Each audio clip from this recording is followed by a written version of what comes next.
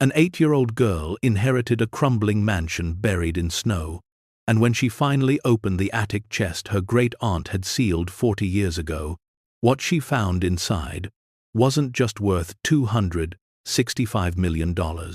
It was a secret that would rewrite history and transform a struggling family's life forever. Before we dive into the story, make sure to smash subscribe, because tomorrow we have an extra special story for you that will blow your mind.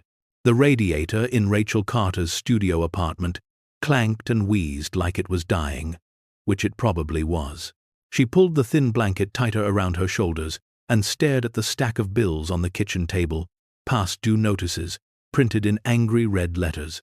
Behind her, in the apartment's only bedroom, her 8-year-old daughter Emma slept curled up under 2 comforters, and her winter coat, breath misting in the cold air. Rachel was 32, but felt twice that age.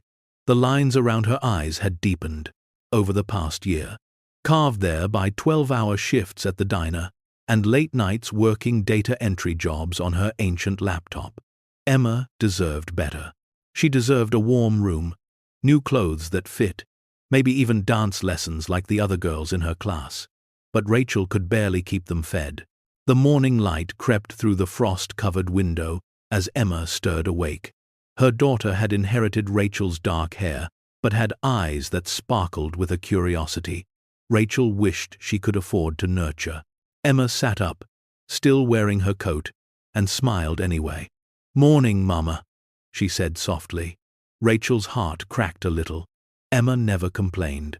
Not about the cold apartment, not about the cereal for dinner 3 nights in a row, not about the worn sneakers with holes in the toes. She just smiled and asked Rachel about her day and drew pictures on scrap paper because they couldn't afford a proper sketchbook. "Morning, baby," Rachel replied, forcing brightness into her voice. "How about some oatmeal before school?" They had exactly 1 week before rent was due, and Rachel was $300 short. She'd already sold everything worth selling: her grandmother's ring, the television, even her old guitar from college. The landlord had made it clear: pay up or get out. And with her credit score in shambles and no references, finding another place was impossible. Rachel was stirring the oatmeal on the hot plate when she heard footsteps in the hallway outside. Heavy, unfamiliar footsteps. Then a knock. Her stomach dropped. Was it the landlord? She glanced at Emma, who was pulling on her second pair of socks, oblivious. Rachel opened the door a crack. Chain still attached. A woman stood there, older, professionally dressed in a wool coat and leather gloves. She held a leather briefcase and wore an expression that was hard to read. "Rachel Carter?" the woman asked. "Who's asking?" "My name is Margaret Hendricks. I'm an attorney from Thornwood and Associates in Denver, Colorado. May I come in? I have some rather urgent news regarding your family." Rachel's first instinct was to say no. Lawyers meant trouble, and she had enough of that already. But something in the woman's eyes stopped her, a softness that didn't match the expensive coat. "Give me a second," Rachel said. She unhooked the chain and opened the door wider. "Emma, honey, go brush your teeth, okay?" Emma skipped off to the tiny bathroom while Margaret stepped inside. Her eyes swept the cramped apartment, the peeling wallpaper, the space heater in the corner, the makeshift bed on the couch where Rachel slept. She didn't comment, just set her briefcase on the small table and opened it. "Miss Carter, I'm here about an inheritance," Margaret said, pulling out a thick folder. "You are listed as the sole beneficiary in the will of Cordelia Ashford." Rachel blinked. The name sounded vaguely familiar, like something from a childhood story she'd half forgotten. "I don't know anyone named Cordelia. She was your great-aunt, your grandmother's sister. She passed away 6 weeks ago in Colorado." Rachel tried to remember. Her mother had died when Rachel was 19, and they'd never been close with extended family. There had been some falling out years before Rachel was born, some scandal no one would talk about. Her grandmother had mentioned a sister once, maybe twice, but always with tight lips and disapproval. I'm sorry to hear that, Rachel said slowly. But I don't understand why you're here. Margaret pulled out a document. Cordelia Ashford left you her entire estate, her home, her land, and all her possessions. It's located approximately 200 miles southwest of Denver in a small mountain community. The property has been maintained by a trust, but it now legally belongs to you. The words didn't make sense. Rachel stared at the lawyer, waiting for the catch. Her house? Why would she leave me a house? I never even met her. According to her will, you're the last living relative of her bloodline. She had no children of her own. The will is quite clear and was executed properly. The house and everything in it are yours. Emma emerged from the bathroom, toothbrush still in hand, curiosity bright on her face. Who's this? Mama. This is Miss Hendricks, baby. She's a lawyer. Emma's eyes went wide. Are we in trouble? Margaret smiled. A real smile this time. Quite the opposite. Your mother has just inherited a house. A house? Emma looked at Rachel. A real house? With rooms? Rachel felt dizzy. What's the catch? Is it condemned? Falling apart? Buried in back taxes? The property taxes are current, paid through the trust. As for condition, I haven't personally seen it in several years, but the caretaker reports it's structurally sound. It's old, built in 1897, and quite remote. The nearest town is Blackwood Ridge, population approximately 300 people. It's been vacant since Cordelia's death, though someone from the trust checks on it monthly. Rachel sat down hard in one of the two chairs they owned. A house, a real house. The word felt impossible in her mouth. There is one condition, Margaret continued, and there it was the catch Rachel had been waiting for. You must take possession of the property within 30 days, or it will be sold, and the proceeds donated to charity per Cordelia's wishes. She wanted her family home to remain with blood relatives. 30 days. Rachel looked around their apartment, at the disconnection notice from the electric company, at Emma in her too small pajamas. What did they have to lose? What do I need to do? Rachel asked. By the end of the week, Rachel had quit both her jobs, packed their few belongings into 6 garbage bags and 2 cardboard boxes, and loaded everything into the rusted Honda Civic she prayed would make it to Colorado. Margaret had provided detailed directions, some cash for gas and food from the estate, and a set of heavy, iron keys that looked like they belonged in a Gothic novel. Emma sat in the passenger seat, wearing every piece of clothing she owned in layers, a lumpy little snowman buzzing with excitement. She'd never been outside their city, never seen mountains, never even stayed in a hotel. The adventure of it all lit her up from the inside. Do you think it's big, Mama? Emma asked as they merged onto the highway. The house? I don't know, sweetheart. We'll find out together. They drove for 2 days, stopping at a cheap motel with stained carpets and a rattling air conditioner. Emma thought it was magical anyway, jumping on the beds and taking a bath in a tub that wasn't cracked. Rachel lay awake most of the night, terrified and hopeful in equal measure. What if the house was a dump? What if it was in the middle of nowhere with no jobs, no opportunities? What if they'd just traded one kind of poverty for another? But what if it wasn't? The mountains appeared on the horizon around midday on the 3rd day of driving. Emma pressed her face to the window, breath fogging the glass, as she stared at the snow-capped peaks rising like ancient gods from the earth. The highway climbed higher, winding through pine forests thick with shadows and silence. They passed through Blackwood Ridge just before sunset. It was barely a town, a gas station, a general store, a diner with a blinking neon sign that read, Millie's. A few houses scattered along the main road, and then nothing but wilderness. Are we close, Mama? Emma asked, voice hushed like they'd entered a church. Rachel checked the directions. Another 15 miles up the mountain road. The paved road turned to gravel, then to dirt, packed hard by ice and time. The trees pressed closer here, bare branches reaching across the road like skeletal fingers.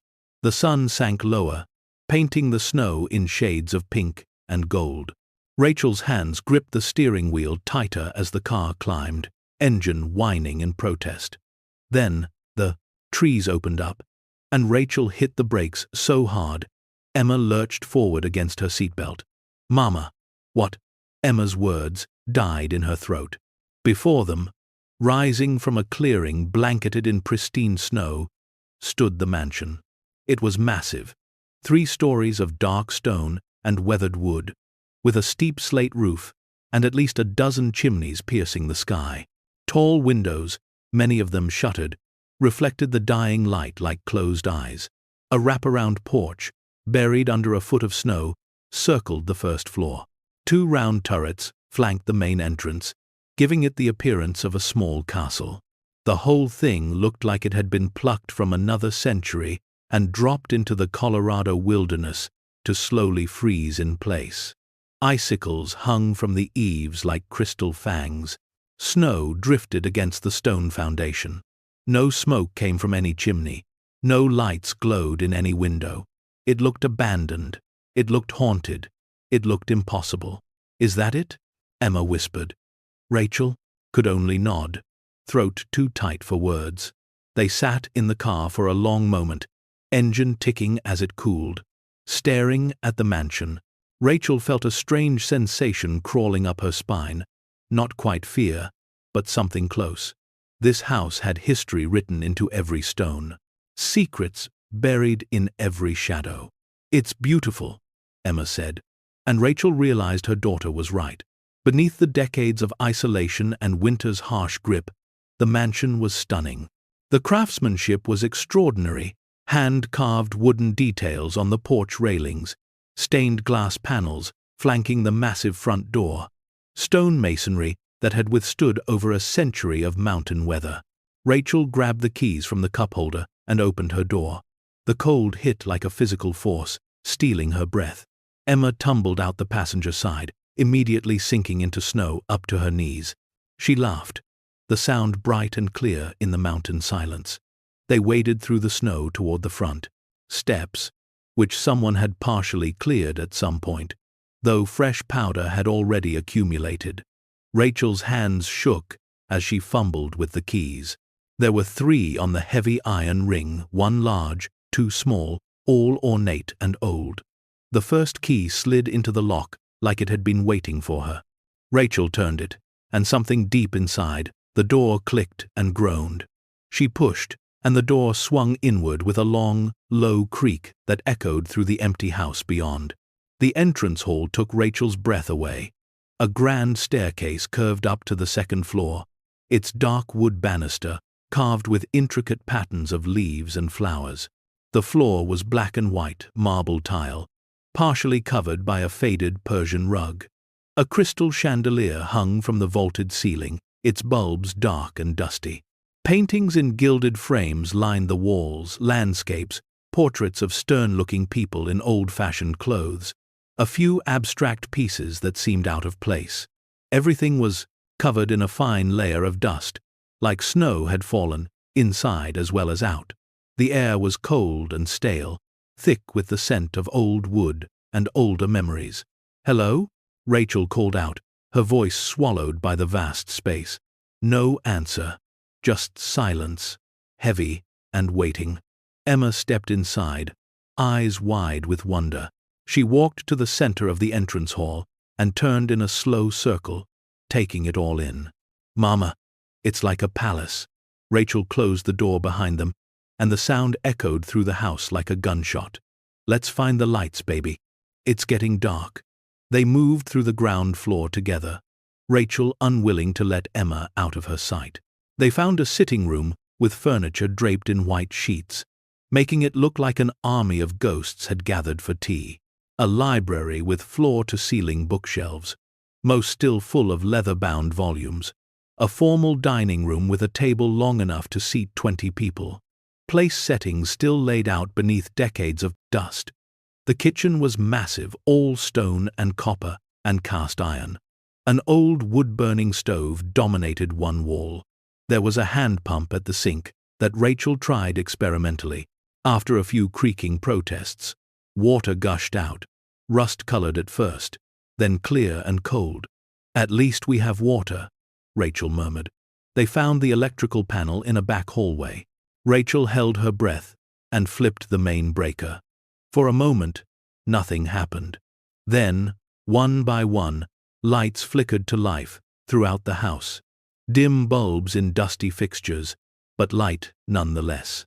The mansion groaned around them, as if waking from a long sleep. Emma had wandered back to the entrance hall. Rachel found her standing at the base of the grand staircase, looking up into the shadows of the second floor. "Can we go up, Mama?" "Tomorrow, baby.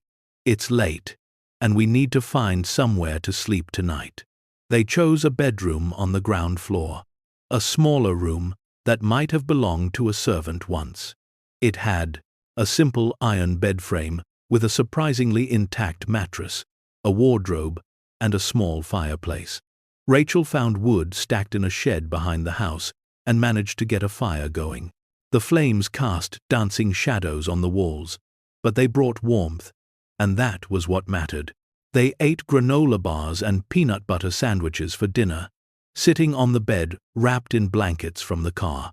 Through the window, moonlight reflected off the snow, making the night almost as bright as day. "Mama," Emma said sleepily, "why did the lady who lived here leave it all alone?" Rachel had been wondering the same thing. Why would someone live in this massive house by themselves? Why had Cordelia cut herself off from family? And why, after a lifetime of isolation, had she chosen to leave everything to a niece she'd never met? "I don't know, sweetheart, but maybe we'll find out." Emma fell asleep quickly, exhausted from the journey and the excitement. Rachel lay awake, listening to the house settle around them. Every creak and groan made her jump. The wind howled outside, rattling the windows. Snow ticked against the glass, like tiny fingers tapping. She thought about the lawyer's words. "Everything in it is yours." What secrets did this house hold? What had Cordelia been hiding all these years? And why did Rachel feel like the mansion itself was watching, waiting to reveal its mysteries? Morning came cold and gray. Rachel woke to find Emma already up, nose pressed to the window. "Mama, look!" It snowed again. Fresh powder had fallen during the night, covering their tire tracks, smoothing out their footprints. The world outside looked pristine and untouched, like they were the first people to ever exist here. They ate more granola bars for breakfast, and then began to truly explore. The second floor held bedroom after bedroom, 12 in total, each decorated differently, but all frozen in time. Beds made with decades-old linens, wardrobes full of moth-eaten clothes, dressing tables with tarnished mirrors and dried-up perfume bottles. It was like walking through a museum of someone else's life. One bedroom was clearly Cordelia's. It was the largest, with windows facing east to catch the sunrise. The bed was a massive four-poster draped in burgundy velvet. Photographs lined the dresser, old black and white images of a young woman who looked startlingly like Rachel. Dark hair, high cheekbones, eyes that seemed to hold secrets. Cordelia in front of the mansion, much younger, smiling. Cordelia in what looked like Paris, the Eiffel Tower in the background. Cordelia with a group of people at some formal event, wearing jewels that sparkled even in the faded photograph. She was pretty, Emma said, picking up one of the frames carefully. "She looks like Grandma," Rachel murmured, or how Grandma looked in old pictures. A journal sat on the nightstand, its leather cover cracked with age. Rachel picked it up and opened it to a random page. The handwriting was elegant, flowing. July 17th, 1947. The house is finally complete. Every room filled with treasures from my travels. But what good are treasures with no one to share them? Mother was right about one thing. I chose my path, and I must walk it alone. But I don't regret it. How could I regret a life lived on my own terms? Rachel flipped through more pages, but many were stuck together, others too faded to read. She set the journal back down, feeling like she was intruding on something private. They continued exploring the second floor. In one room, they found a collection of walking canes and umbrellas, each one intricately carved or decorated. Another room held nothing but mirrors, dozens of them in every size and shape, their surfaces clouded with age. Emma stood in the center and saw herself reflected 100 times, each reflection slightly different in the warped glass. "This is creepy, Mama," Emma whispered, and Rachel agreed. They left that room, quickly. At the end of one hallway, Rachel found a room that made her pause. It was set up as an art studio. An easel stood by the window, a half-finished painting still resting on it, a landscape of the mountains visible from that very window. Brushes sat in jars, their bristles stiff with dried paint. Canvases leaned against the walls, some blank, others depicting scenes from around the mansion and the surrounding wilderness. She was an artist, Rachel said softly, running her finger along the edge of a palette, still covered in hardened paint. The colors were bold, deep purples, brilliant golds, fierce reds. This was someone who saw the world in vivid shades. "Look at this one, Mama," Emma called. She'd found a canvas tucked behind the others. It was a portrait of a man, handsome, with kind eyes and a gentle smile. At the bottom, in the same elegant handwriting from the journal, were the words, "Thomas, 1939, I will never forget." Who was Thomas? A lover, a husband no one in the family knew about. More mysteries, more questions without answers. They climbed to the third floor, which was smaller, more cramped. Storage rooms filled with trunks and boxes. A sewing room with an ancient machine and bolts of fabric. Rachel opened one trunk and found it packed with old clothes, flapper dresses from the 1920s, elegant gowns from the 40s, even a fur coat that made Emma gasp with delight. "Can I try it on?" Emma asked. "Just for a minute." Then, we put it back carefully. Emma draped the fur around her shoulders, immediately transforming into a tiny socialite. She pranced around the storage room, nose in the air, and Rachel laughed for the first time since they'd arrived. It felt good, normal, like maybe they really could make a life here. But then they reached the end of the hallway, and Rachel saw the narrow door. "What's up there?" Emma asked, pointing to the small placard on the door that read, "Attic." Rachel tried the handle. Locked. She tried the smaller keys on the ring, but neither fit. The door was solid wood, reinforced with iron bands, and it didn't budge when she pushed against it. "We'll have to find the key," Rachel said, though something about that locked door made her uneasy. Why would someone lock an attic door with such a heavy reinforced lock? What was up there that needed that kind of security? Emma pressed her ear to the door. "Do you think there's treasure up there?" "Maybe," Rachel said, though she was thinking more along the lines of old furniture and forgotten Christmas decorations. They spent the rest of the day making the house more livable. Rachel found cleaning supplies in a pantry, and they attacked the dust and cobwebs. They opened windows to air out the rooms despite the cold. They discovered that the wood stove in the kitchen actually worked, and Rachel managed to heat up cans of soup for lunch. As they worked, Rachel kept finding herself drawn back to Cordelia's bedroom. She picked up the journal again and flipped through it more carefully. Most entries were mundane notes about the weather, reminders to order supplies, observations about birds she'd seen. But scattered throughout were glimpses of something deeper. March 3rd, 1952. The investigators came again today. "I told them the same thing I told them 10 years ago. I know nothing about the collection. Let them search. They'll find nothing. I've made sure of that." What collection? What investigators? Another entry, from much later, December 25th, 1978.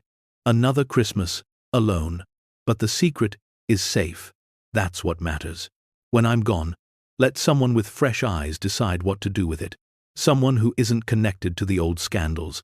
Someone who might understand." Rachel's hands trembled as she read. Cordelia had been hiding something. Something important enough that people had come looking for it. Something that was still here, somewhere, in this house. The attic. It had to be in the attic. As the sun began to set again, casting long shadows through the mansion, Emma tugged on Rachel's sleeve. "Mama, can we go into town tomorrow? I want to see if there's a library or something." "Sure, baby. We need supplies anyway." But Rachel's mind was already racing. Tomorrow they would go to town, ask questions, learn about Cordelia and her mysterious life. Someone in Blackwood Ridge had to know something. A woman didn't live in isolation for decades without people talking. That night, back in their little ground floor room, the fire crackling, Rachel allowed herself to feel something she hadn't felt in years. Hope. This house was overwhelming. Yes, it was strange and isolated, and full of questions. But it was also theirs.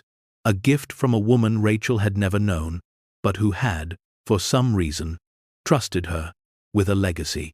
As Rachel drifted off to sleep, she could have sworn she heard footsteps on the floor above. Slow, measured footsteps, like someone pacing back and forth. She told herself it was just the house settling, just old wood, expanding and contracting with temperature changes. But deep down, she wondered if Cordelia's spirit still wandered these halls, guarding secrets that Rachel was only beginning to uncover. The mansion held mysteries in every room, and somewhere, locked behind that attic door, the biggest secret of all was waiting. Rachel closed her eyes and made a silent promise to the ghost of the woman she'd never met. "Whatever you left behind, Aunt Cordelia, I'll protect it. I'll honor your memory, and I'll find out the truth." The wind outside picked up, howling through the eaves like a voice trying to speak. Emma stirred in her sleep, and Rachel pulled her daughter closer. Tomorrow would bring new discoveries. Tomorrow they would start unraveling the mystery. But tonight, in this moment, they were safe, warm, and home. For the first time in longer than Rachel could remember, they were truly home. The third morning at the mansion dawned bright and bitter cold. Rachel woke to find ice crystals had formed on the inside of the bedroom window overnight, creating delicate patterns that looked like frozen lace. Emma was already awake, drawing in the condensation on the glass with her finger. "Mama, we need warmer blankets," Emma said matter-of-factly. Rachel couldn't argue. They'd spent the night huddled together under every piece of fabric they owned, and still they'd shivered. The small fireplace couldn't heat the entire room, and the mansion's old heating system, if it even had one, was a mystery Rachel hadn't solved yet. "Let's go into town today," Rachel said, pulling on 2 sweaters. "We need food, blankets, maybe some space heaters, and I want to ask around about Aunt Cordelia." They made the drive down the mountain road carefully, the Honda's tires slipping occasionally on patches of black ice. In daylight, Blackwood Ridge looked even smaller than Rachel remembered. The main street was only 3 blocks long, lined with buildings that looked like they hadn't changed since the 1950s. A few pickup trucks were parked outside Millie's diner, exhaust puffing white in the freezing air. Rachel parked in front of the general store, a weathered building with a hand-painted sign that read, "Cooper's Goods." A bell jangled when they pushed through the door, and warm air thick with the smell of coffee and wood smoke enveloped them. The store was cramped and cluttered, shelves packed with everything from canned goods to work boots to fishing lures. An older man stood behind the counter, reading a newspaper. He looked up when they entered, his eyes immediately narrowing with suspicion. "Help you?" he asked, voice rough as gravel. "Just need some supplies," Rachel said, grabbing a basket. "Blankets, food, batteries." The man watched them as they moved through the aisles. Emma picked out cans of soup and boxes of crackers, while Rachel found wool blankets that were expensive but necessary. She grabbed flashlight batteries, candles, matches, and a small propane heater she hoped would keep at least one room warm. When she brought everything to the counter, the man began ringing it up slowly, studying each item like he was memorizing it. "You're staying up at the Ashford place," he said. It wasn't a question. Rachel tensed. Yes, I inherited it from my great-aunt, Cordelia Ashford. He said the name carefully, like it might bite him. She's been dead 6 weeks now. Wondered when someone would come for the house. Did you know her? The man shrugged. Knew of her. Everyone did. Woman lived up there alone for near about 40 years. Never came to town except once a month for supplies. Paid cash. Didn't chat. Left quick as she came. He paused, then added, folks said she was hiding something. Emma tugged on Rachel's sleeve, but Rachel ignored her, leaning closer to the counter. Hiding what? Don't know. Don't care to know. That's your business now. He finished ringing up the items. $217.33. Rachel's stomach dropped. She'd been hoping for maybe $150 at most. She counted out the cash Margaret had given her, watching her emergency fund dwindle. After paying, she'd have maybe $200 left. Not nearly enough to get through the winter if they needed repairs or had a real emergency. Thank you, Rachel said, gathering the bags. Word of advice. The man called as they headed for the door. That house has a reputation. People say things about it. Strange things. You might consider selling it and moving on. Rachel turned back. What kind of strange things? Lights in windows when no one's home. Sounds at night. Couple of folks tried to break in about 10 years back, looking for whatever Cordelia was hiding. Sheriff found them the next morning, wandering down the mountain road. Wouldn't talk about what they'd seen. Just packed up and left town. He fixed Rachel with a hard stare. I'm just saying, sometimes the past is best left buried. Outside, Emma climbed into the car and immediately asked, What did he mean, Mama? About the house being strange? He was just trying to scare us, Rachel said, but her hands shook as she started the engine. People in small towns like to gossip. It's probably nothing. But as they drove back up the mountain, Rachel couldn't shake the man's words. Lights in windows, sounds at night, things that made grown men afraid to talk. She'd heard footsteps herself that first night. Had that been real or just her imagination? Back at the mansion, they unloaded the supplies, and Rachel set up the propane heater in their bedroom. It wouldn't heat the whole house, but it would keep one space warm enough to survive. They spent the afternoon continuing to clean and explore, Emma chattering about how she wanted to decorate her own bedroom once they picked one. But Rachel's mind kept wandering back to that locked attic door. What was up there? And why had Cordelia secured it so carefully? Late that afternoon, while Rachel was trying to figure out the mansion's ancient plumbing, Emma came running down the grand staircase, face flushed with excitement. Mama! Mama! I found something! Rachel hurried after her daughter up to the second floor. Emma led her to the library, which they'd explored briefly before, but hadn't examined closely. The room was lined floor to ceiling with bookshelves, most of them filled with leather-bound volumes in multiple languages. Look at this! Emma pointed to the fireplace. The mantel was carved from dark wood with intricate designs. Emma had been running her hands along the carvings and discovered that one of the decorative rosettes moved. When she pressed it, something clicked deep in the wall. Rachel felt her heart speed up. She joined Emma at the fireplace and pressed the rosette again. Click. A section of the bookshelf to the left swung inward, revealing a narrow opening. A secret door, Emma whispered, eyes huge. Rachel grabbed one of their flashlights and shone it into the opening. Stone steps led down into darkness. Another cellar? Or something else? Stay close to me, Rachel said, and together they descended. The stairs opened into a small room, maybe 10 feet by 10 feet, with stone walls and a low ceiling. It was empty, except for a wooden desk and chair. Rachel approached the desk carefully, half expecting it to be empty too. But when she opened the single drawer, she found papers inside. Letters, dozens of them, tied together with faded ribbon. Rachel untied one bundle and pulled out the first letter. The paper was yellowed, the ink faded, but still readable. It was dated August 3rd, 1938.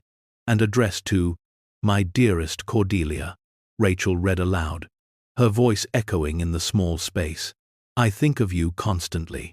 Every moment we're apart feels like a small death. I know you say we must be patient, that we must wait until the world is ready to accept us, but I grow weary of hiding.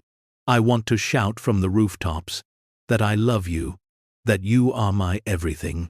Yours always, Margaret." Emma frowned. "Who's Margaret?" Rachel's throat was tight. She opened another letter, then another. They were all love letters, passionate and beautiful and heartbreaking, spanning decades. Margaret to Cordelia, Cordelia to Margaret. Plans to meet in secret. Anguish over time spent apart. Joy in stolen moments together. "Mama?" Emma asked softly. "Were they in love? Like romantic love?" Rachel nodded, blinking back tears. "Yes, baby, they were.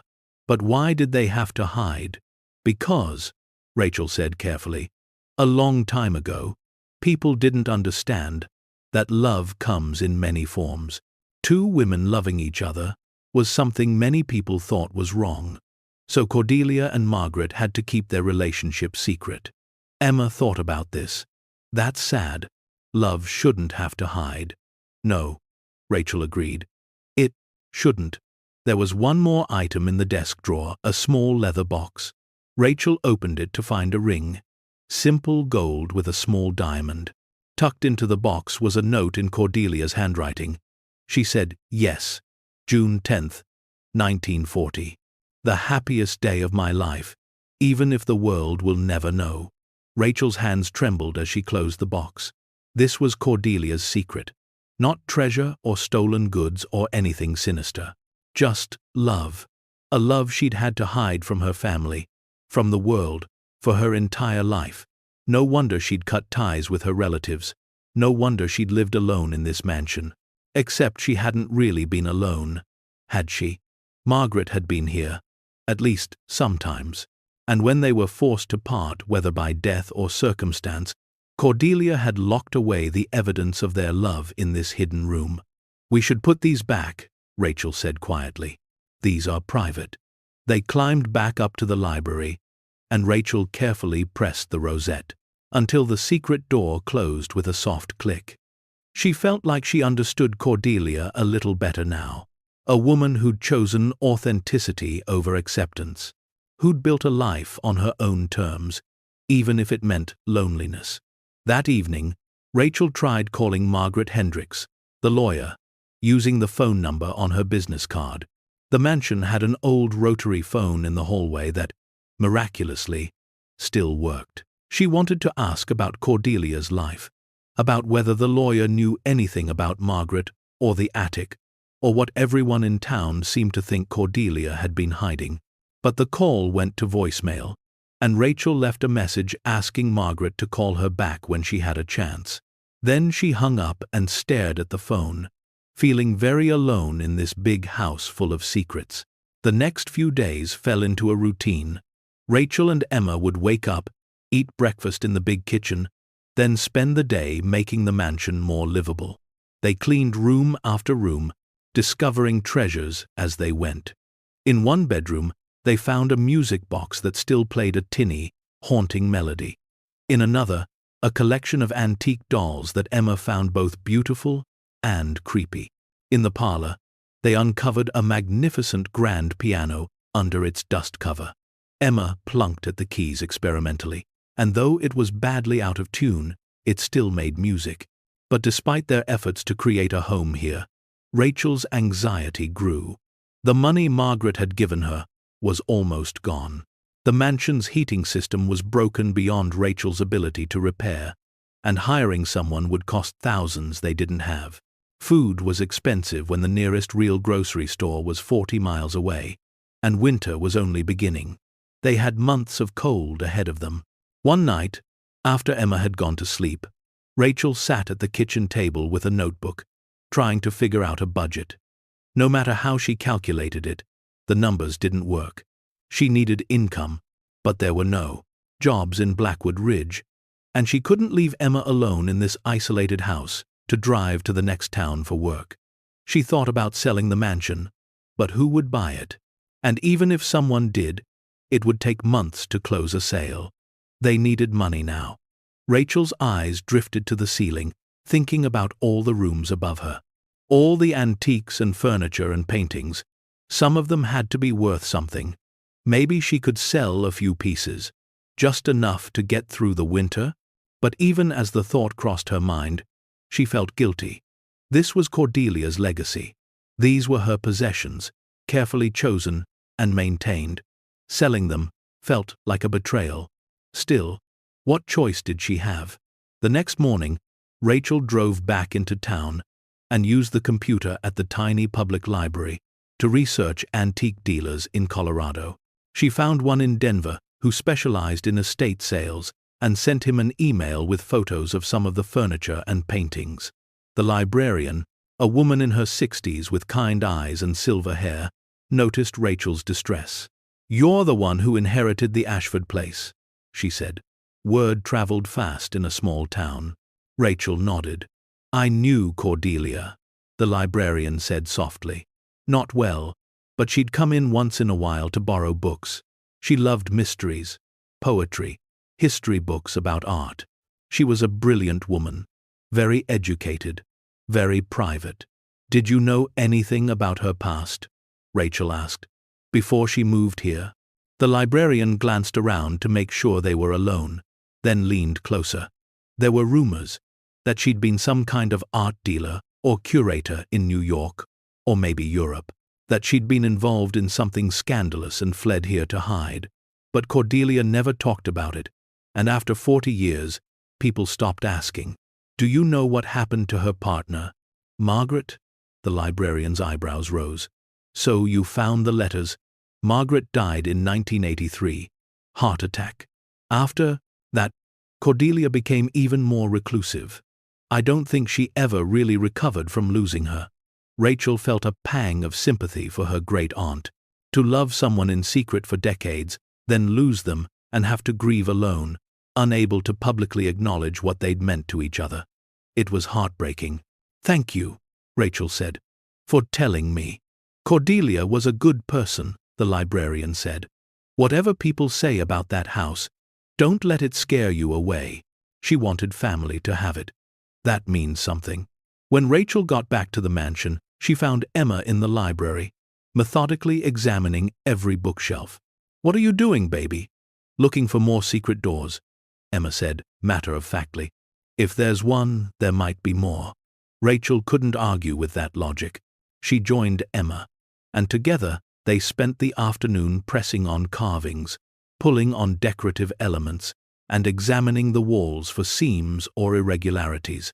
They found 3 more hidden spaces. One was just a small cubbyhole behind a panel in the dining room, empty except for dust. Another was a closet concealed behind a mirror in one of the bedrooms, filled with old coats and shoes. But the third discovery was more significant. In Cordelia's bedroom, Emma noticed that the full-length mirror beside the wardrobe didn't quite sit flush with the wall. When they pulled it away, they found another door, this one unlocked. Behind it was a small room, almost a walk-in closet, lined with more shelves, and on those shelves were treasures. A jade sculpture of a dragon, intricately carved and clearly ancient. A set of jeweled eggs that looked like Fabergé pieces. Paintings rolled and tied with string, which, when Rachel carefully unrolled one, revealed what looked like a genuine impressionist work. The signature in the corner read Monet, though Rachel couldn't believe it was real. "Mama," Emma breathed. "Is this what everyone was looking for?" Rachel's hands shook as she carefully rolled the painting back up. "I think so. I think Cordelia was hiding an art collection. But why? And where had it come from? Had she stolen it? Bought it illegally? Was this what the investigators mentioned in her journal had been searching for?" Rachel's phone rang, startling them both. It was Margaret Hendricks calling back finally. "Margaret, thank you for calling. I found some things in the house. Art. Valuable pieces. "Do you know anything about Cordelia's collection?" There was a long pause. "What kind of pieces?" Rachel described what they'd found. Another pause, longer this time. "Rachel, those items may be part of a collection that was considered lost. I need you to not touch anything else and not mention this to anyone. I'm going to make some calls and drive up there tomorrow. Don't move anything. Don't sell anything. This could be very complicated." "What do you mean?" "Lost. Like stolen. Possibly. Or possibly saved. There's a difference. And it matters. I'll explain when I see you. Just, please, don't do anything until I get there." Margaret hung up, leaving Rachel staring at the phone. Saved versus stolen. What did that mean? That night, Rachel couldn't sleep. She kept thinking about the attic, about the heavy lock on that door. If Cordelia had hidden artwork around the house, what was in the attic? Something even more valuable? Something even more dangerous? Around 2 in the morning, Rachel gave up on sleep. She grabbed a flashlight and quietly left the bedroom, careful not to wake Emma. She climbed the stairs to the 3rd floor and stood in front of the attic door, staring at the heavy lock. She'd tried every key on the ring Margaret had given her. None fit.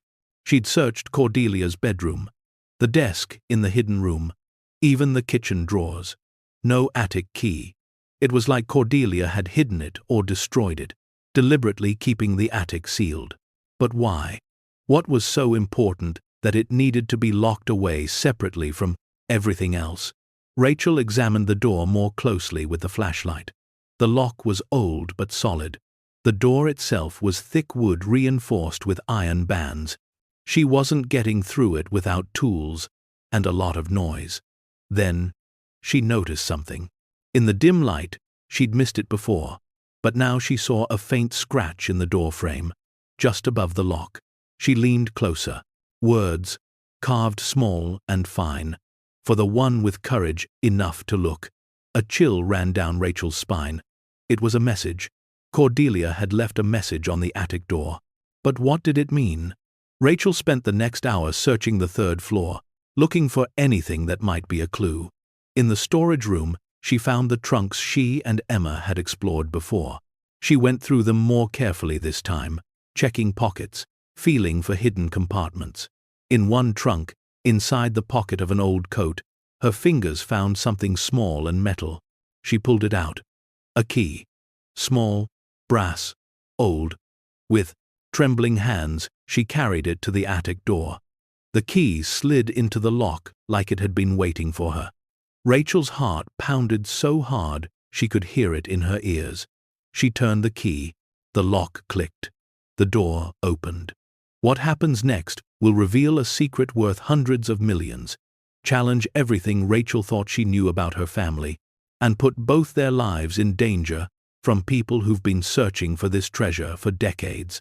Stay tuned to see what happens next. If you're enjoying the story, please like, share, and subscribe for more. Rachel pushed the door open slowly.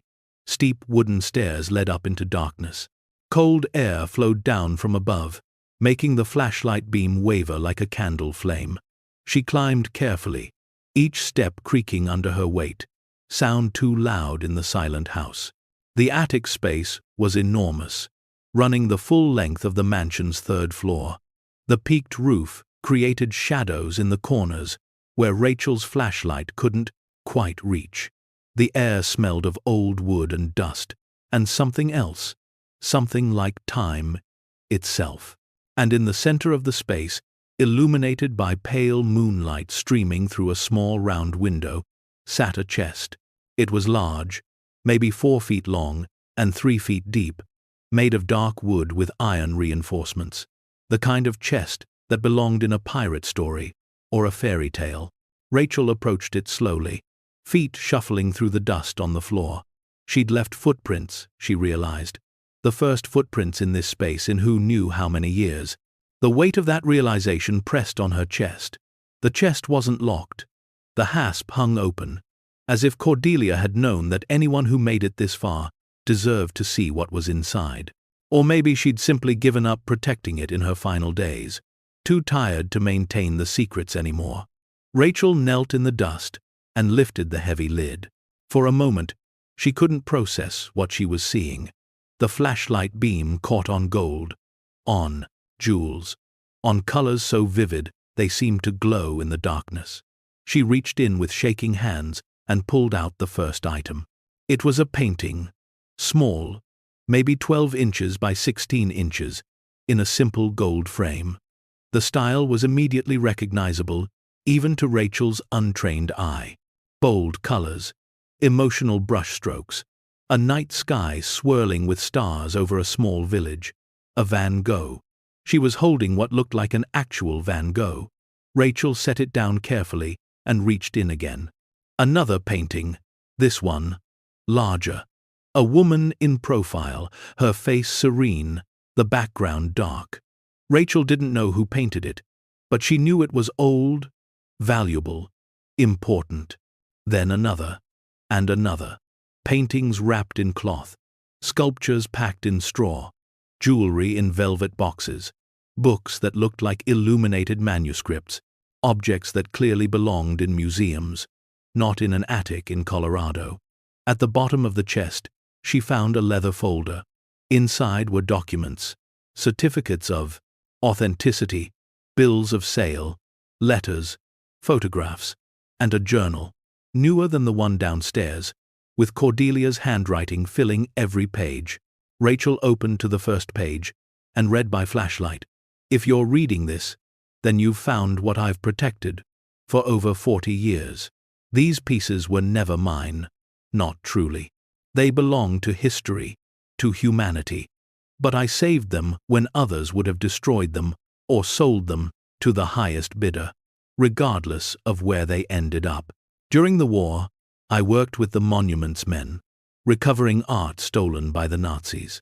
After the war ended, I continued the work privately. Some of these pieces were recovered from looted collections. Others were rescued from buildings that were being demolished.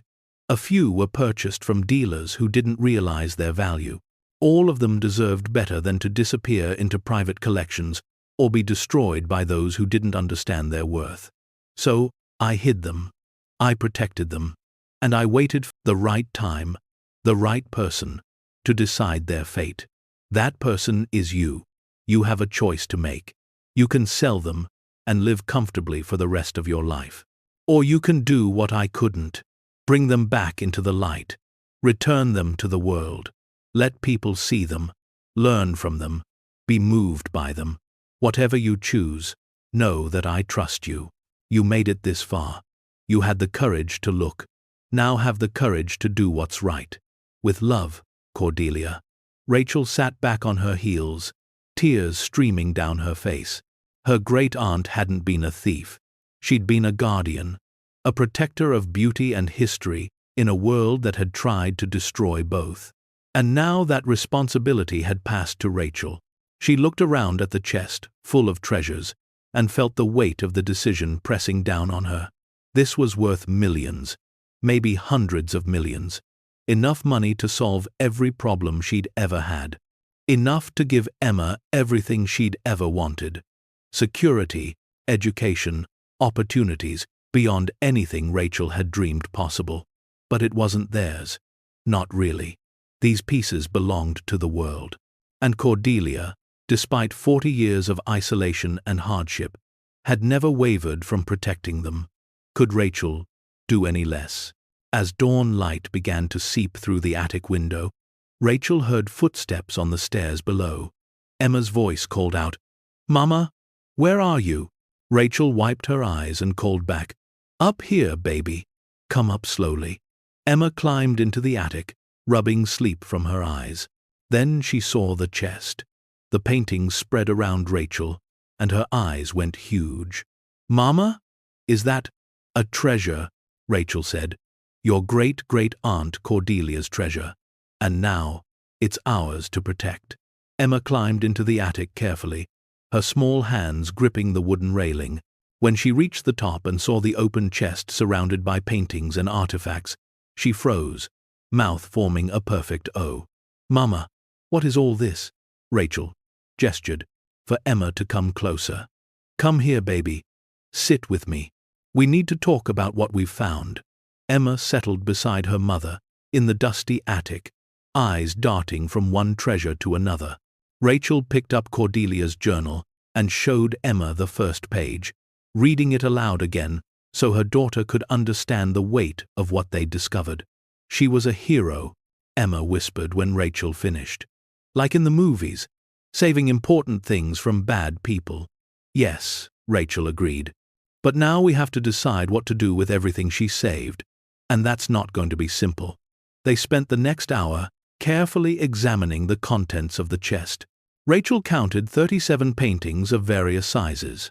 Some she recognized from art history classes she'd taken in community college years ago. That really did look like a Van Gogh.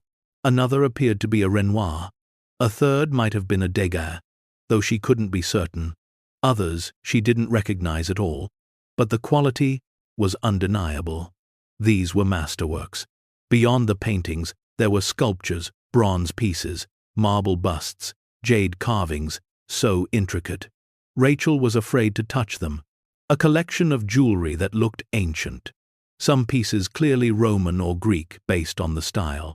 Illuminated manuscripts with pages of vellum covered in gold leaf and brilliant colors that hadn't faded despite their age. Historical documents in languages Rachel couldn't read, sealed with wax stamps bearing crests and symbols. And at the very bottom of the chest, wrapped in oilcloth, were 3 items that made Rachel's breath catch. The first was a small painting, maybe 8 inches square, of a woman with an enigmatic smile. The style was unmistakably Renaissance. The second was a jeweled egg, clearly Fabergé, decorated with miniature paintings and precious stones. The third was a dagger with a jeweled handle, the blade etched with symbols Rachel didn't recognize. "How much do you think it's all worth?" Emma asked, running her finger gently along the frame of the Van Gogh. "I don't know, sweetheart. More than we could ever spend. More than most people see in a lifetime." Emma thought about this. "Does that mean we're rich now?" Rachel pulled her daughter close. "It means we have a very big decision to make." The sound of a car engine outside made them both jump. Rachel scrambled to the attic window and looked down. A black SUV had pulled up to the mansion, and Margaret Hendricks was climbing out, briefcase in hand. Behind her, a second car arrived, a silver sedan with 2 people inside. Rachel didn't recognize. "Stay here," Rachel told Emma. "Don't touch anything. I'll be right back." Rachel climbed down from the attic, closing the door behind her but not locking it. She rushed downstairs to find Margaret already at the front door, knocking urgently. "Rachel," Margaret said when the door opened, "we need to talk.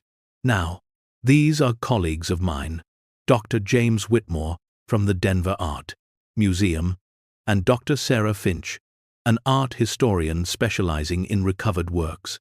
The 3 of them entered, shaking snow from their coats. Margaret's expression was grave. "You found the collection, didn't you?" Margaret asked. "The real collection, not just the pieces hidden around the house." Rachel nodded slowly. "In the attic.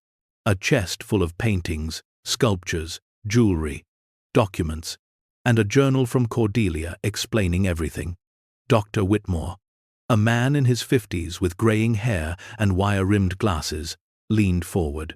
"Miss Carter, what you've found could be one of the most significant art recoveries in modern history." Cordelia Ashford worked with the Monuments, Fine Arts, and Archives program during World War II. After the war, she continued recovering looted and stolen artwork privately. Many pieces she saved were thought lost forever.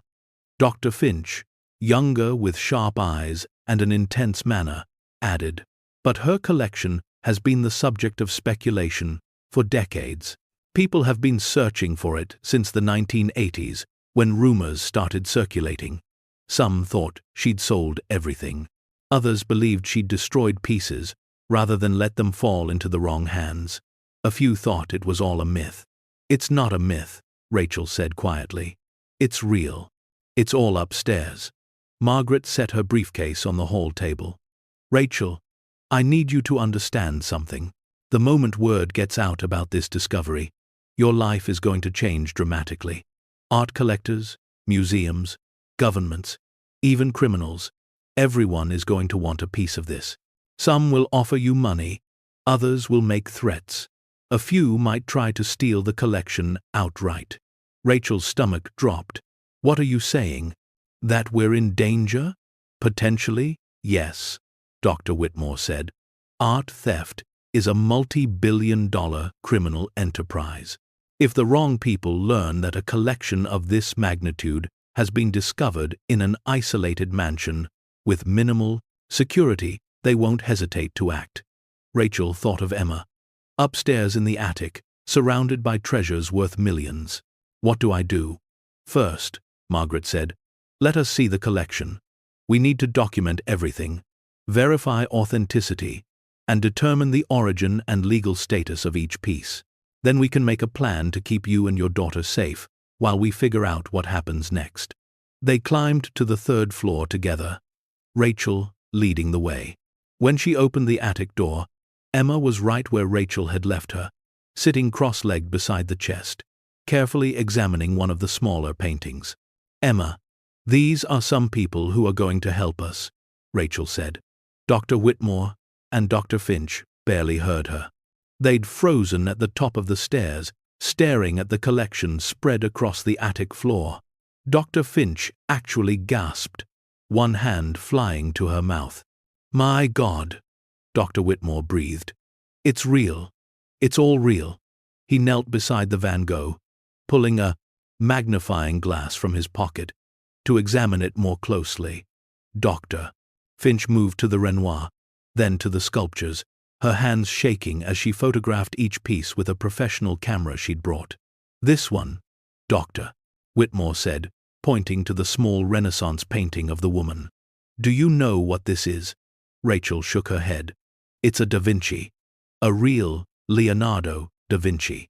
It was thought destroyed in a fire in Berlin in 1945. It's been on the list of most wanted missing artworks for nearly 80 years. His voice cracked with emotion. And it's been here, safe, all this time. Dr. Finch had found the jeweled egg, Fabergé, one of the imperial eggs created for the Russian royal family. This one was called the Lost Spring Egg because it vanished during the revolution and was never recovered, until now. For the next 3 hours, the two experts carefully examined, photographed, and documented every item in the chest. They cross-referenced pieces against databases of stolen and missing art. They verified signatures and provenance marks. They handled each treasure with reverence, like they were touching pieces of history itself. Which, Rachel realized, they were. Finally, Dr. Whitmore sat back on his heels and looked at Rachel with an expression she couldn't quite read. Awe mixed with something like fear. Miss Carter, based on preliminary examination, this collection is worth conservatively $200 to $65 million, possibly more once we conduct thorough authentication and include historical significance in the valuation. You are in possession of what may be the most valuable private art collection discovered in the last 50 years. The number hit Rachel like a physical blow. $265 million.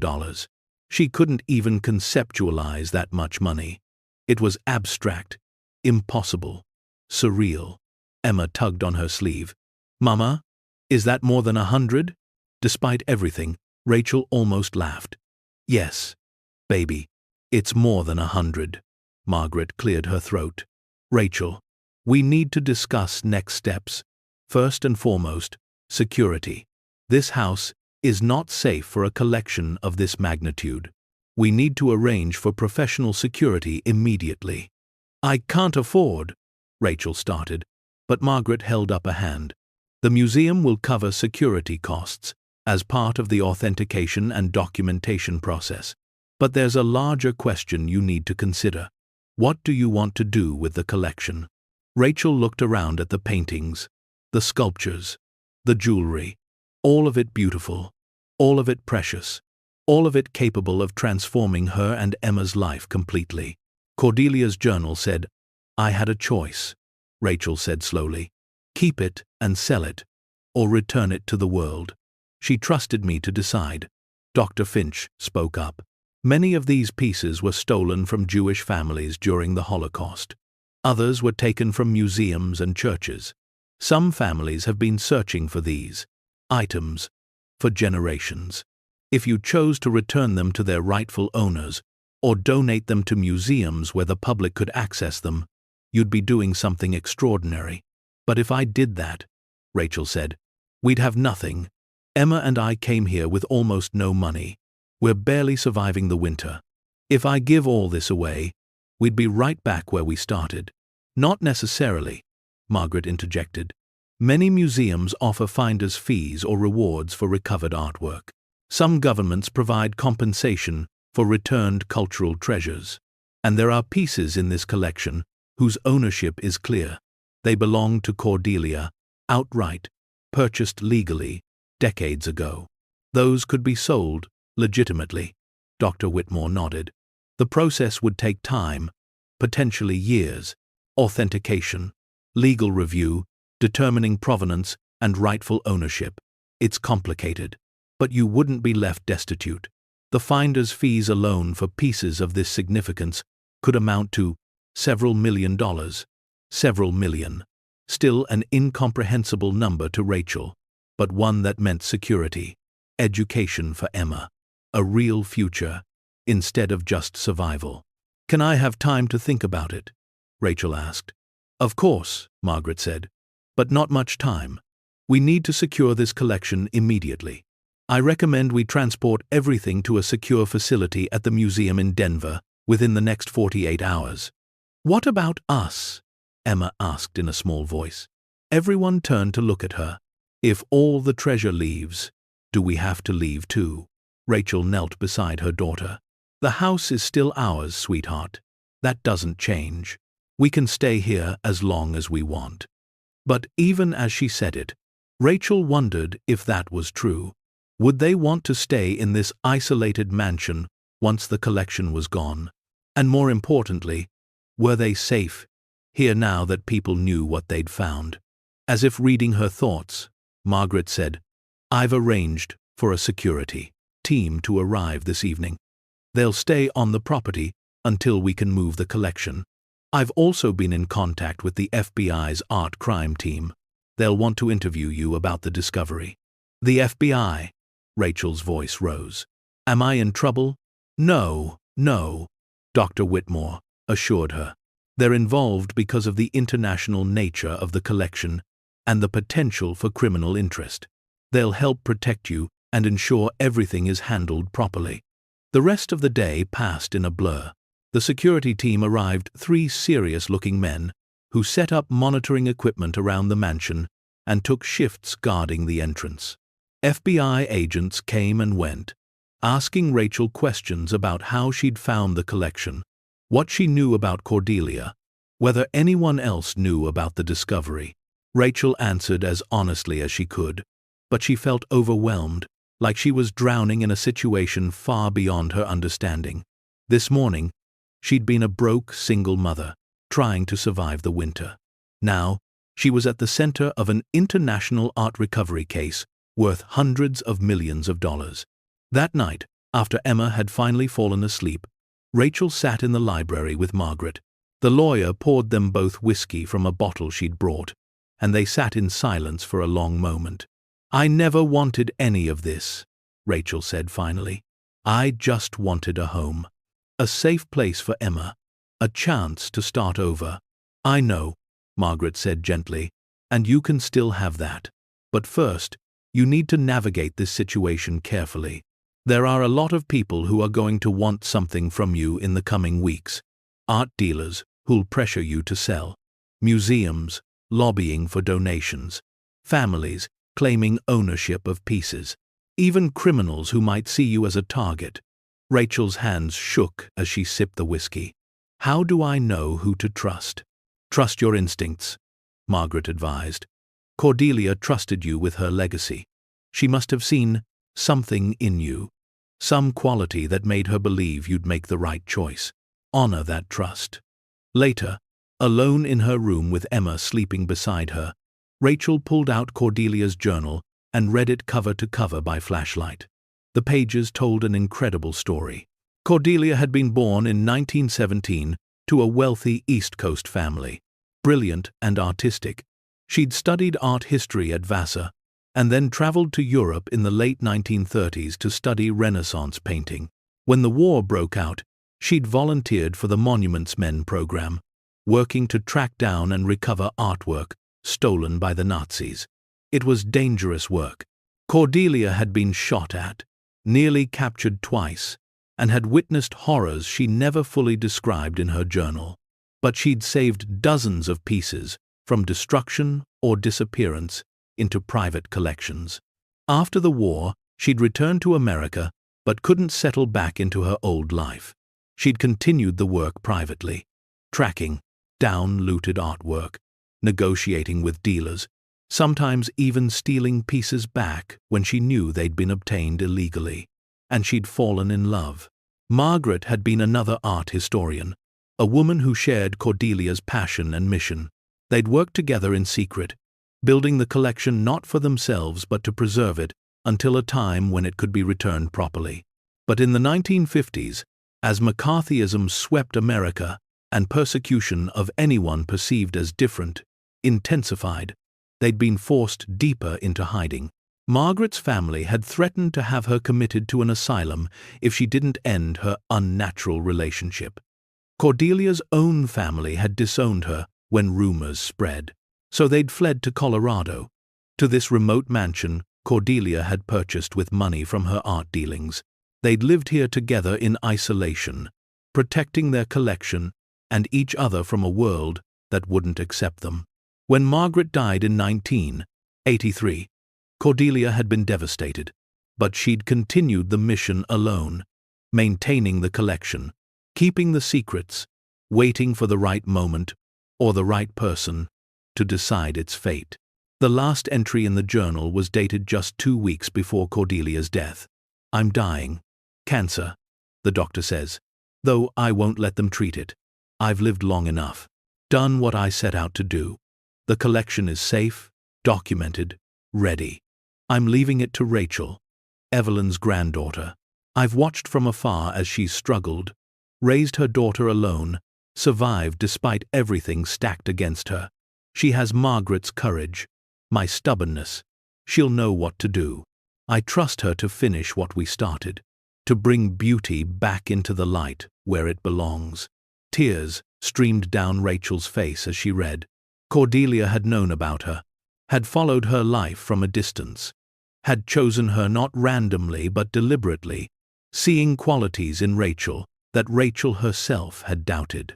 The next morning, Rachel woke to find several vehicles parked outside the mansion. News vans, reporters with cameras. The story had leaked somehow, and now the media had descended. Margaret handled them, standing on the front porch and delivering a brief statement that yes, a significant art collection had been discovered, and no, there would be no further comments while authentication was ongoing. But the reporters lingered, camping out at the end of the driveway, hoping for photos or quotes. Inside, Dr. Whitmore and Dr. Finch continued their work, carefully packing each piece of the collection in specialized containers for transport to Denver. Emma watched, fascinated, asking 1,000 questions about each artwork. "This painting," Dr. Finch explained, holding up one of the smaller pieces, "was created in 1703 by a Dutch master. It hung in an Amsterdam museum until the Nazis looted it in 1943. The museum has been searching for it ever since. Will they get it back?" Emma asked. "That depends on what your mother decides." Emma looked at Rachel. "Mama, shouldn't things go back where they belong?" Out of the mouths of babes, Rachel thought. Her 8-year-old daughter had cut through all the complexity to the heart of the matter. These pieces didn't belong to them. They belonged to history, to the families they'd been stolen from, to the world. But Rachel also had to think practically. She had a daughter to raise, a future to secure. Was it wrong to want something for themselves after everything they'd been through. That afternoon, a new visitor arrived. An older man, distinguished-looking in an expensive suit, who introduced himself as Victor Castellano, a private art collector. "Miss Carter," he said smoothly, "I've come to make you an offer. I'm prepared to purchase your entire collection, sight unseen, for $300 million. Cash. Immediate transfer. No questions asked." Rachel stared at him. "How did you even know about this?" He smiled.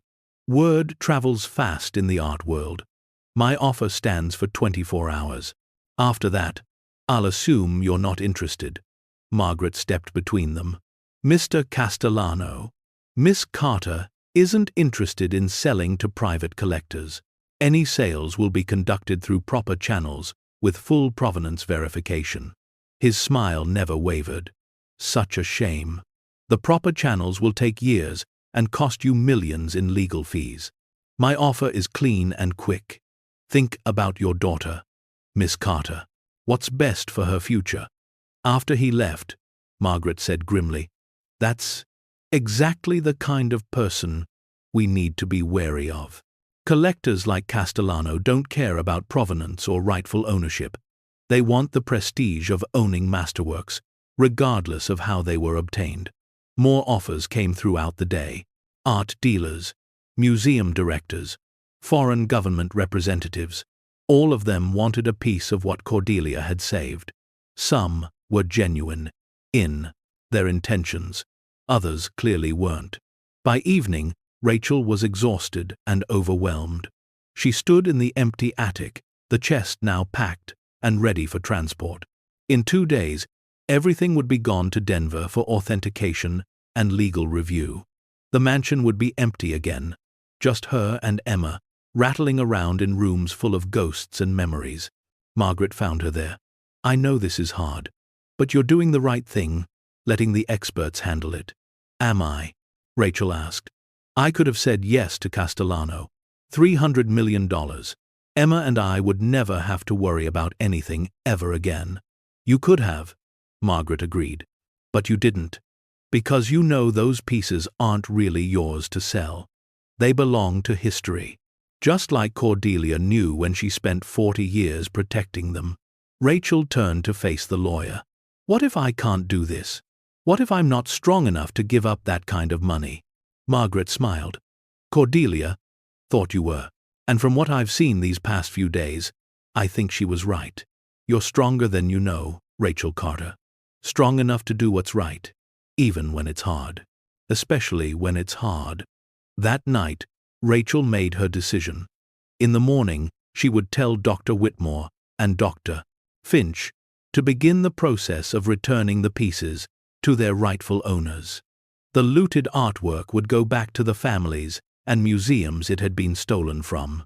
The pieces Cordelia had owned legally could be sold through proper auction houses, with the proceeds going to fund a foundation in Cordelia and Margaret's names.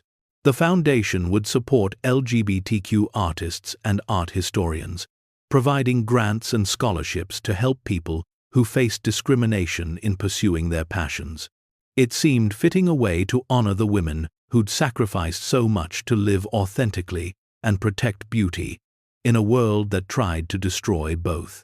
Rachel wouldn't get $300 million, but the finder's fees and sale of legal pieces would provide enough for her and Emma to live comfortably. Enough to restore the mansion and turn it into something useful, maybe an artist's retreat or a small museum celebrating Cordelia and Margaret's story. As Rachel finally drifted off to sleep, Emma curled beside her. She thought she felt a presence in the room, not threatening, but comforting, like someone watching over them with approval. "Thank you, Aunt Cordelia," Rachel whispered into the darkness. "For trusting me. I won't let you down." The wind outside answered with a soft sigh, and Rachel could have sworn she heard 2 voices on it, carried from the past into this moment. Cordelia and Margaret, finally at peace, their legacy secured and their story ready to be told. The convoy of armored trucks arrived at dawn 3 days later. Rachel stood on the front porch, watching as her entire world, or what could have been her world, was carefully loaded into reinforced containers and driven away to Denver. Each piece wrapped in special paper, cushioned with foam, protected by security guards with guns. Emma held her hand tightly. "It feels weird to see it all go, Mama." "I know, baby. But it's the right thing." Margaret stood beside them, tablet in hand, checking off items as they were loaded. "The authentication process will take approximately 6 months. During that time, we'll be working with international databases, museums, and families to establish rightful ownership. The pieces Cordelia owned legally will be prepared for auction at Sotheby's." Rachel nodded, watching the last truck disappear down the mountain road. The mansion suddenly felt hollow, like something vital had been removed from its core, but also lighter somehow, as if a burden had been lifted after decades of pressing down. The media frenzy only intensified. Within a week, Rachel's face was on the news. In newspapers, all over the internet. "Single mother discovers $250 million art collection," read one headline. "Lost masterpieces, found in Colorado mansion," declared another. Some stories painted Rachel as a hero. Others questioned her motives, suggesting she should have immediately contacted authorities rather than spending days examining the collection first. The criticism stung, but Rachel tried to ignore it. She had bigger problems to worry about. 10 days after the collection was transported to Denver, a lawyer named Harrison Webb showed up at the mansion with a briefcase full of documents and an entitled smirk that made Rachel's skin crawl. "Miss Carter," he said, settling into the library without being invited, "I represent the estate of Reginald Ashford, Cordelia's second cousin. My client disputes the validity of Cordelia Ashford's will and is filing suit to claim the estate and all its contents, including the recently discovered art collection." Rachel's stomach dropped. "What? On what grounds?" Webb pulled out papers. "On the grounds that Cordelia Ashford was not of sound mind when she executed her will. Medical records indicate she was diagnosed with terminal cancer and was taking significant pain medication. My client believes she was coerced or mentally compromised when she made you the sole beneficiary." "That's ridiculous," Rachel said, voice shaking with anger.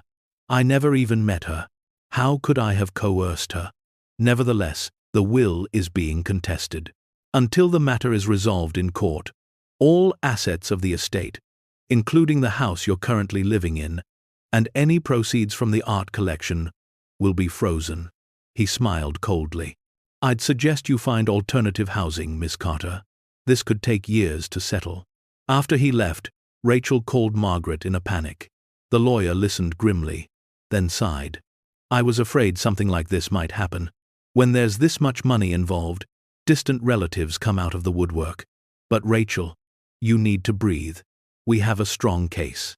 Cordelia's will was executed, properly, witnessed by 3 people, and updated just 6 months before her death. Her doctor will testify that she was lucid and clear-minded, despite the cancer. But he said, we have to leave the house, that everything is frozen. He's bluffing. The house is yours, free and clear. The collection is in the custody of the museum, pending authentication, not as part of the estate. He can file all the suits he wants, but you're not going anywhere. Still, the lawsuit cast a shadow over everything. Rachel lay awake at night, worrying about legal fees, court battles, the possibility of losing everything Cordelia had left them. Emma noticed her mother's stress and tried to be extra helpful, making her own breakfast and cleaning her room without being asked. 2 weeks later, another complication arose. A woman named Sophia Brenner appeared at the mansion, elegant and elderly, with photographs and documents clutched in her weathered hands. My name is Sophia Brenner, she said in accented English. I was born Sophia Goldstein in Vienna, Austria. My family owned one of the paintings in Cordelia Ashford's collection, the Renoir of the Garden Party. The Nazis stole it from our home in 1938 when we fled. I have been searching for it for 87 years. Rachel invited her in, made tea, and listened as Sophia told her story. How her family had been wealthy art collectors before the war. How they'd been forced to flee with nothing but the clothes on their backs. How her parents and younger brother had died in camps, while Sophia survived by hiding in a convent. How she'd spent her entire life tracking down the pieces her family had lost, driven by a need to reclaim some small part of what had been stolen. "I am 89 years old," Sophia said, tears streaming down her lined face. "I did not think I would live to see this day. To know that my family's painting survived, that it will come home, it is a miracle." Rachel held the old woman's hands. "I'm so sorry for everything you lost. The painting is yours. Absolutely and completely yours. We'll make sure it gets back to you." Sophia wept openly. Before she left, she pressed a check into Rachel's hands. "For you. A reward for protecting what my family lost. It is not much, only $50,000, but it is all I can afford, and you deserve it for giving me back a piece of my history." Rachel tried to refuse, but Sophia insisted. "Please. You gave me something priceless. Let me give you something in return." After Sophia left, Rachel sat at the kitchen table, staring at the check. $50,000. More money than she'd ever held at once. And it was just a tiny fraction of what she could have had if she'd sold the collection to someone like Victor Castellano. But watching Sophia's face light up with joy and grief, and relief that was worth more than any amount of money, that was what Cordelia had meant when she talked about doing what was right. Emma came in and looked at the check. "That lady was really happy, Mama." "Yes, she was. Because we gave her back something that belonged to her family." "Exactly." Emma thought about this. "I think Great-Aunt Cordelia would be proud of us." Rachel pulled her daughter close. "I think so too, baby."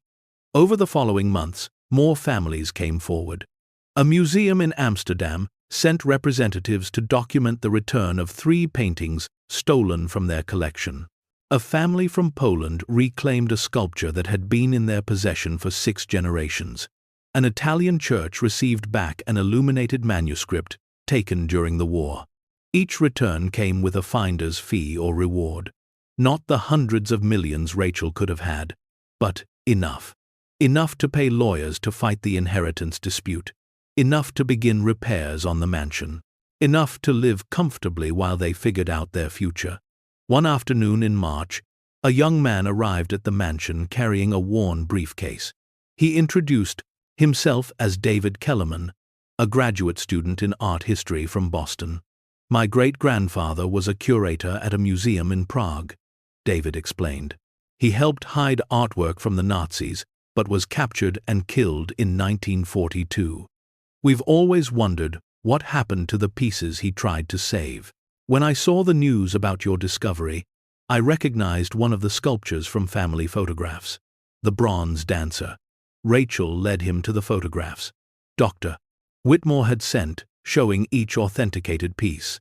David's hands trembled as he pointed to one image. "That's it. That's the one. My great-grandfather died protecting it." His voice broke. "Growing up, we had nothing of his, except stories. My grandmother would tell me about how brave he was, how he refused to give up even when the soldiers came.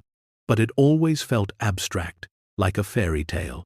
This sculpture makes it real. It proves he existed, that his sacrifice meant something." Rachel watched as David traced his finger over the photograph, tears falling onto the paper. She thought about how many stories like this existed in the world. Families torn apart, legacies lost, memories fading with each passing generation. Cordelia had saved more than art. She'd saved proof that these people had lived, had loved, had been willing to die for something beautiful. "We'll make sure your family gets it back," Rachel promised, along with copies of everything Cordelia documented about its recovery. "Your great-grandfather's story deserves to be told." When David left, He hugged Rachel, like she was family. "Thank you for not selling these to some rich collector who'd lock them away. Thank you for understanding they belong to all of us." Dr. Whitmore kept Rachel updated on the authentication process. "The Van Gogh is genuine," he reported excitedly, "as is the Da Vinci. We're estimating final authentication will be complete in 4 months. The pieces Cordelia owned, legally approximately 12 paintings, various jewelry will go to auction in the fall. Conservative estimates suggest they'll bring in somewhere between $30 and $40 million. 30 to 40 million. Still, an incomprehensible number, but one that could change their lives forever if Rachel chose to keep it all. But by now, Rachel had a different plan forming in her mind. During these months of waiting, Rachel began to truly understand the community she'd become part of. The people of Blackwood Ridge, initially suspicious and distant, had slowly warmed to her. Cooper from the general store started greeting her by name and giving Emma candy. Millie, from the diner, saved them the best booth and made Emma's favorite pancakes without being asked. The librarian brought over books she thought Rachel would enjoy. One evening, Rachel was invited to a town council meeting to discuss the mansion's future. She expected maybe a dozen people. Instead, she walked into a packed room with standing room only. The mayor, a no-nonsense woman named Patricia Summers, called the meeting to order. "Folks, Miss Carter is here to talk about her plans for the Ashford mansion. I think we all owe her the courtesy of listening before we judge." Rachel stood, nervous but determined. She explained her vision: not just a museum, but a living, breathing space that would bring opportunity to the town. Jobs for locals, tourism revenue, educational programs, an artist residency that would bring creative people from around the world to this forgotten corner of Colorado. "This town has been dying for 20 years, she said honestly. "Young people leave because there's no work. Businesses close because there are no customers. But this mansion, Cordelia's story, the art she saved, it could change everything. Not overnight, but slowly, steadily. It could give Blackwood Ridge a future." The room was silent for a long moment. Then an old man in the back stood up. Rachel recognized him. He ran the gas station on the edge of town. "I'll be honest, Miss Carter. When you first came here, I thought you were just another city person who'd take what you could and leave us with nothing. But I've watched you these past months. You shop local.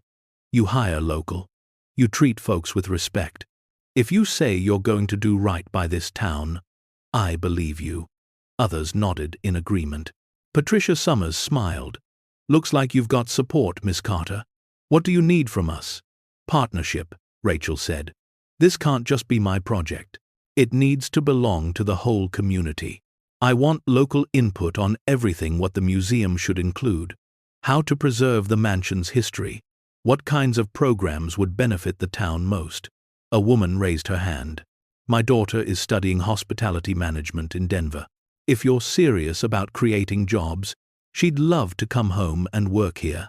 "My nephew is a carpenter," someone else called out.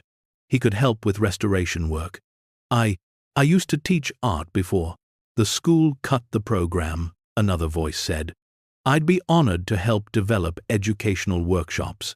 By the end of the meeting, Rachel had a list of volunteers and potential employees. More importantly, she had something she hadn't even known: she was looking for a community. People who wanted to be part of something bigger than themselves, just like she did. 6 months after the discovery, the legal challenge to the inheritance was dismissed. Cordelia's doctor testified that she'd been completely lucid and had updated her will specifically because she wanted to ensure her collection went to someone who would honor her mission. 3 witnesses confirmed her sound mind and clear intentions. Reginald Ashford's lawyer withdrew the suit and slunk away, defeated. The mansion was officially, unquestionably theirs. That night, Rachel sat Emma down for a serious conversation. They were in the library, fire crackling in the hearth. snow falling softly outside the windows.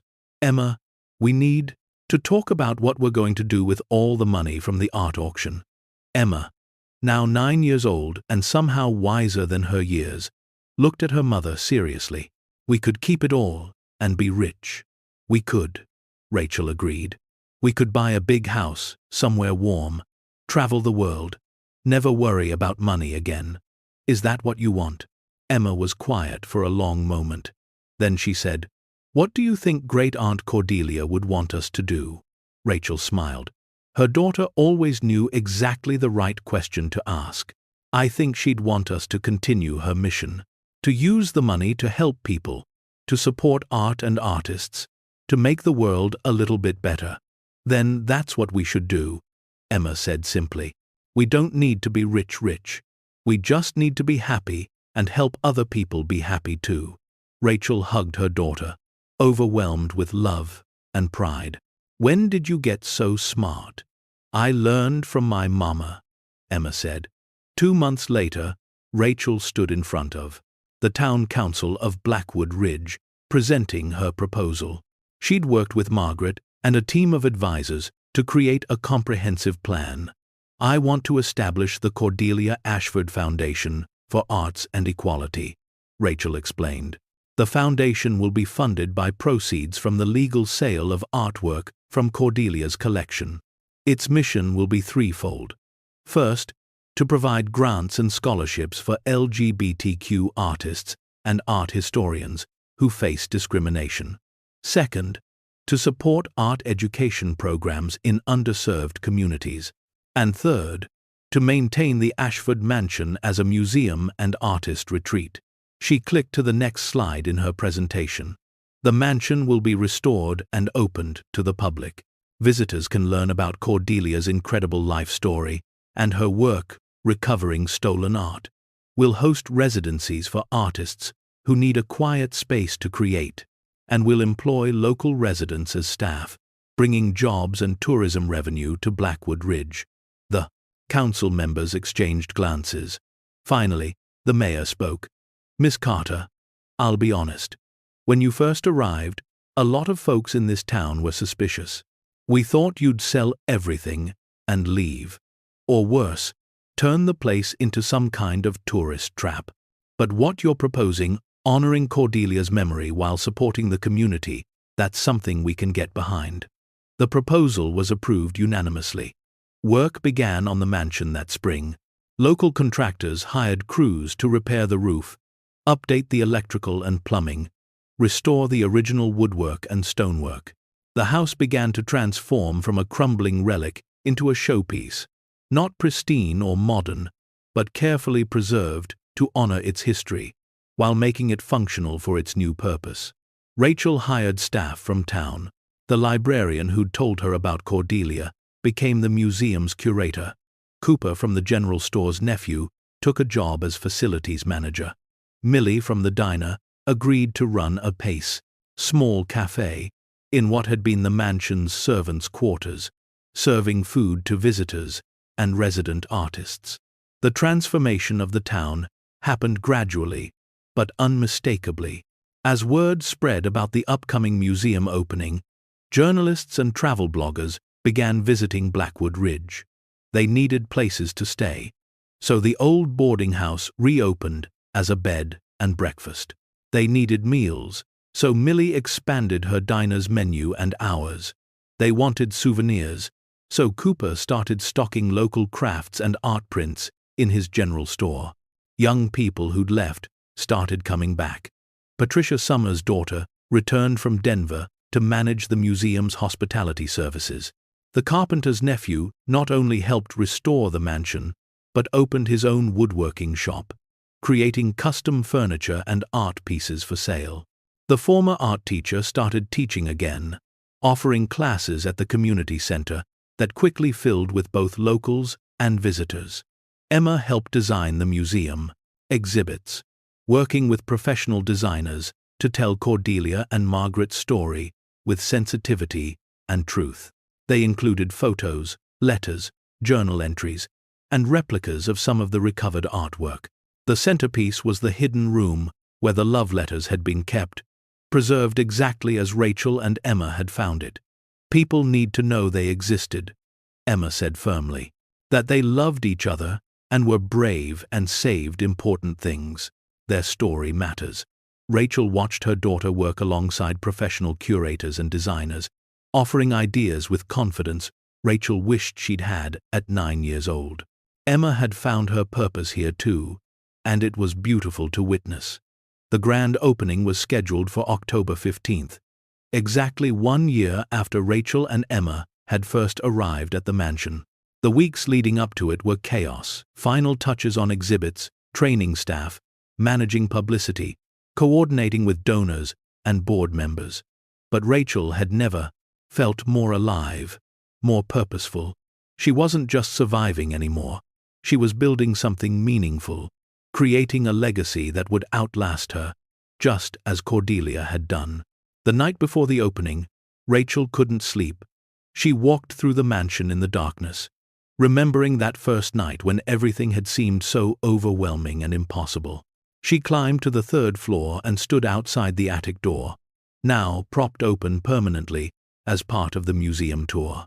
"I hope I did right by you, Aunt Cordelia," she whispered to the empty air. "I hope this is what you wanted." A gust of wind rattled the windows, and Rachel could have sworn she heard a voice on it, soft, approving, at peace. Opening day dawned clear and cold. By 9 in the morning, cars lined the mountain road leading to the mansion. News crews had arrived to cover the event. Art historians and museum professionals had flown in from around the country. But most importantly, regular people came, families from nearby towns, students, art lovers, people who'd heard Cordelia's story and wanted to be part of honoring it. Sophia Brenner was there, having flown from New York despite her age. She sat in the front row during the dedication ceremony. The Renoir painting her family had lost now restored to her, and hanging in her Manhattan apartment. She'd loaned it back to the museum for the opening as a gesture of gratitude. Dr. Whitmore gave a speech about the significance of the collection and Cordelia's contribution to art preservation. Margaret Hendricks spoke about the legal journey and the importance of rightful restitution. Several families who'd reclaimed artwork shared their stories of loss and recovery. David Kellerman spoke about his great-grandfather, the brave curator who died protecting art. His voice was strong and proud as he told the assembled crowd, "Because of Cordelia Ashford and Rachel Carter, my family's story won't be forgotten." The bronze dancer my great-grandfather saved is now displayed in the Prague Museum where he worked, with a plaque honoring his sacrifice. That's what returning these pieces means, not just giving back objects, but restoring dignity and memory to people who were told they didn't matter. Then it was Rachel's turn. She stood at the podium in front of the mansion with Emma beside her, looking out at hundreds of faces. "A year ago," Rachel began, "I was a single mother, barely surviving. I'd lost hope that things could get better. Then a lawyer knocked on my door and told me I'd inherited this house from an aunt I'd never met. It seemed impossible. Maybe it seemed too good to be true." She paused, gathering her thoughts. "What I found here wasn't just a house or a collection worth millions of dollars. I found a story about courage, about a woman who lived authentically when the world told her not to, who dedicated her life to preserving beauty when others tried to destroy it, who trusted a stranger to finish the work she'd started." Emma squeezed her hand. "Cordelia Ashford gave me more than an inheritance. She gave me purpose. She taught me that doing the right thing, even when it's hard, even when it costs you something, that's what legacy really means. Not the money you leave behind, but the example you set." Rachel's voice cracked with emotion. "This museum, this foundation, it exists because one woman believed that art and love and truth were worth protecting, and because an 8-year-old girl reminded me that things should go back where they belong. Not just artwork, but dignity, justice, recognition for people whose stories have been erased or forgotten." The crowd rose in applause. Emma waved, suddenly shy. And Rachel felt something she hadn't felt in years, not just hope, but certainty. They were exactly where they were supposed to be. After the ceremony, people toured the mansion. Rachel watched them move through the rooms, reading about Cordelia's life, examining the exhibits, standing in the hidden room where love letters were displayed behind glass. She saw tears on many faces, understanding, connection. In the library, a young woman approached Rachel nervously. She was maybe 20, with bright purple hair and kind eyes. "Miss Carter, I just wanted to thank you. I'm a queer art student, and I just received one of the Foundation's first scholarships.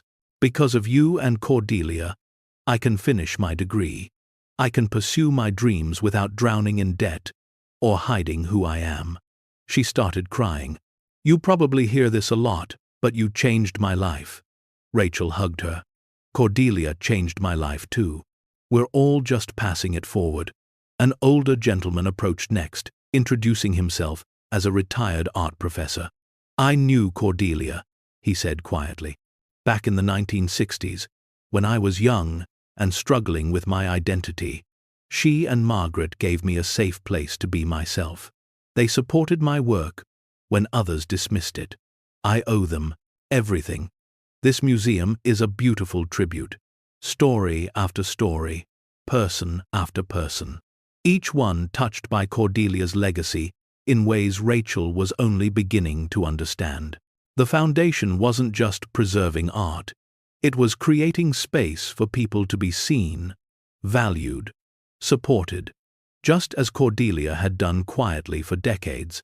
That evening, after the last visitors had left and the staff had gone home, Rachel and Emma sat on the front porch, wrapped in blankets. The first stars were appearing in the darkening sky.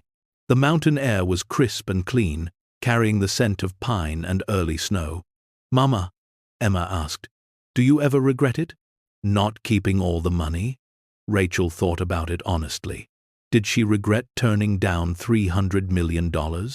Giving away a fortune that could have set them up for life? "No," she said finally. "I don't. We have enough. We have this house, this purpose, each other. And we get to wake up every day knowing we did something that mattered, that we honored two incredible women and helped make the world a tiny bit more just. That's worth more than any amount of money."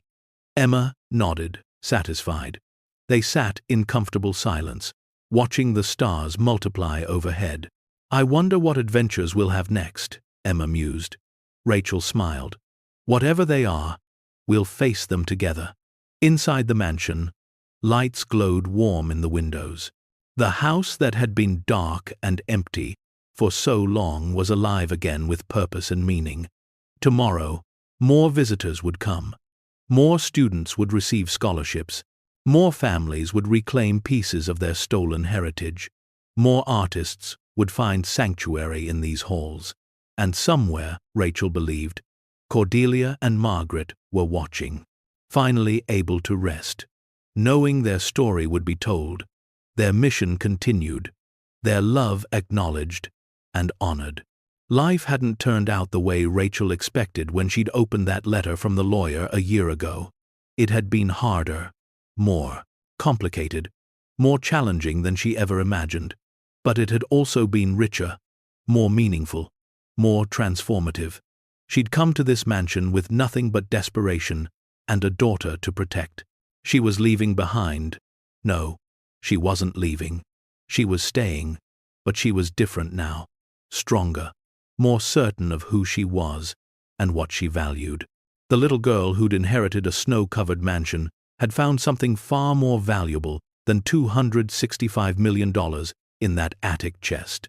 She'd found purpose, connection, the knowledge that one person's courage can echo through generations if someone is brave enough to listen.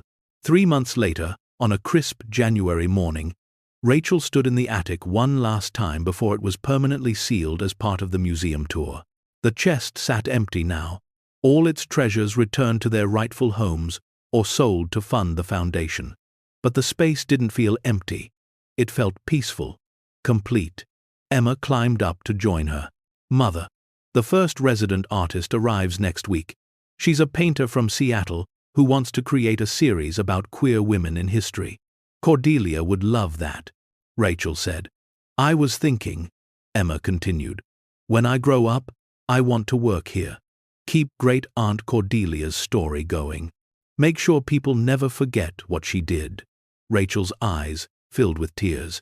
I think that's a beautiful idea, baby.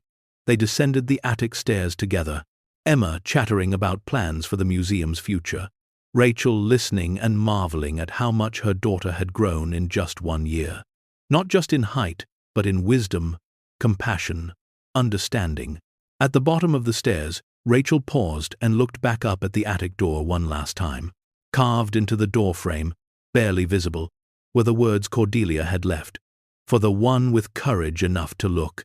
Rachel had looked. She'd seen. And she'd chosen to honor the past by building a better future. Anyone can inherit money, but it takes true courage to inherit a mission and see it through. Because the greatest fortunes aren't measured in dollars or jewels or masterworks hanging on walls.